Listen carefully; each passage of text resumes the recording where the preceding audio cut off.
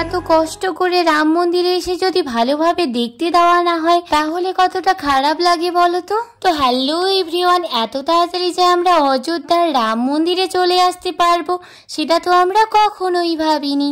বাড়ি থেকে আমরা যখন বেরিয়েছিলাম তখন তো আমাদের শুধু বৃন্দাবন যাওয়ারই কথা হয়েছিল, বাট বৃন্দাবন দর্শন করে মাসির বাড়ি যাওয়ার পর আমরা যখন বেরিয়ে পড়েছি হরিদ্বার যাওয়ার জন্য, তখন মা বাড়ি থেকে ফোন করে বারবার বলছিল যে ওদিকে রাম মন্দিরও ঘুরে আয়। তাই আনপ্ল্যানিং ভাবেই মুসৌরি ঘোরার পর আমরা চলে এলাম রাম মন্দিরে।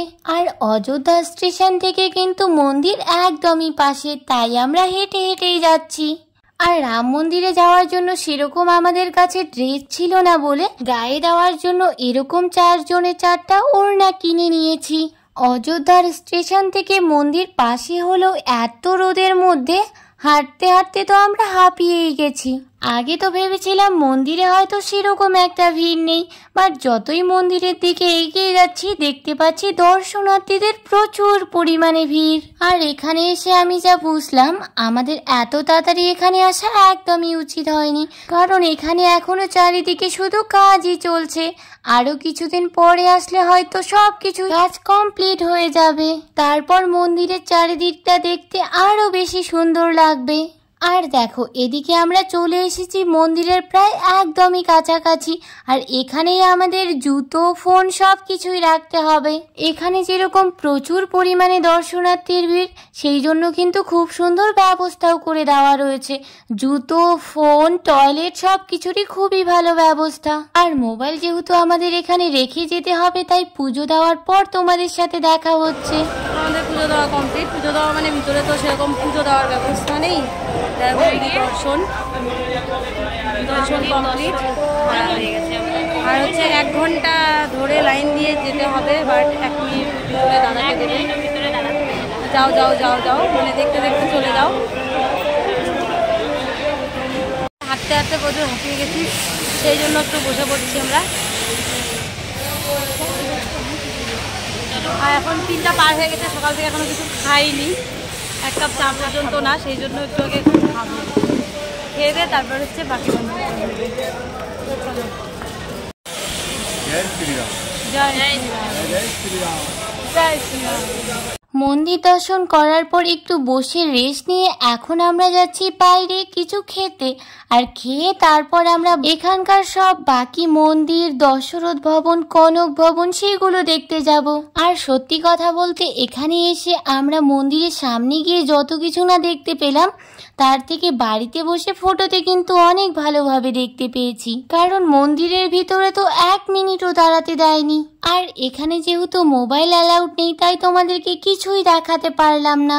মন্দিরের ভেতরটা তো আর তোমাদেরকে দেখাতে পারিনি, তাই বাইরের এই কাজকর্মগুলোই একটু দেখে নাও। আমরা মন্দিরে প্রবেশ করার আগে যে এই তিলকটা পরবো সেটাও হয়ে ওঠেনি, তাই মন্দির থেকে বাইরে বেরিয়ে তারপর আমরা তিলক পরছি। এখানে কিন্তু মন্দিরের আশেপাশে শ্রীরামের অনেক সুন্দর গান চলছিল, তাই হাঁটতেও খুব ভালো লাগছিল আমাদের। আর রাম মন্দিরে এসেছি আর এখান থেকে কিছু কিনবো না সেটা কি কখনো হয়? তাই সবাইকে দেওয়ার জন্য এরকম কিছু ফটো নিয়ে নিলাম। আমরা এখান থেকে বেরিয়ে বাইরে গিয়ে কিছু খেতে যাবই, ঠিক সেই সময়ই দেখলাম এখানে প্রসাদ দেওয়া হচ্ছে, তাই ভাবলাম আগে প্রসাদ খেয়ে নেওয়া যাক। আর প্রসাদে ছিল কিন্তু রুটি আর সাথে সুজির হালুয়া।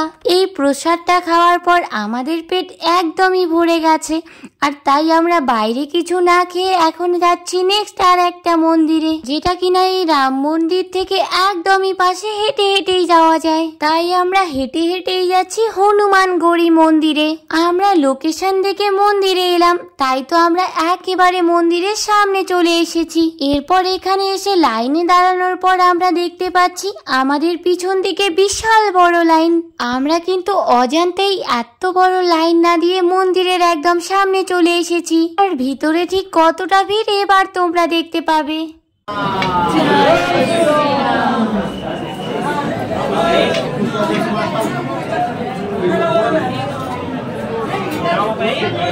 তো তোমরা দেখতেই পেলে কতটা ভিড় ঠেলে আমরা মন্দিরের ভিতরে এলাম। এখন হনুমানজির দর্শন পাওয়ার জন্য আমাদেরকে এই ভিড় ঠেলে ভিতরে যেতে হবে।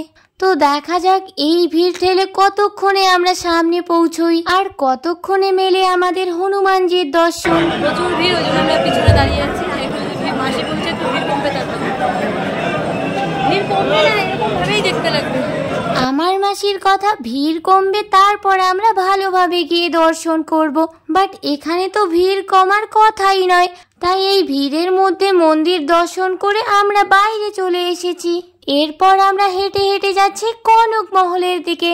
এটাই হলো সেই ভবন যেখানে শ্রী রামচন্দ্র আর সীতা মাতা থাকতেন।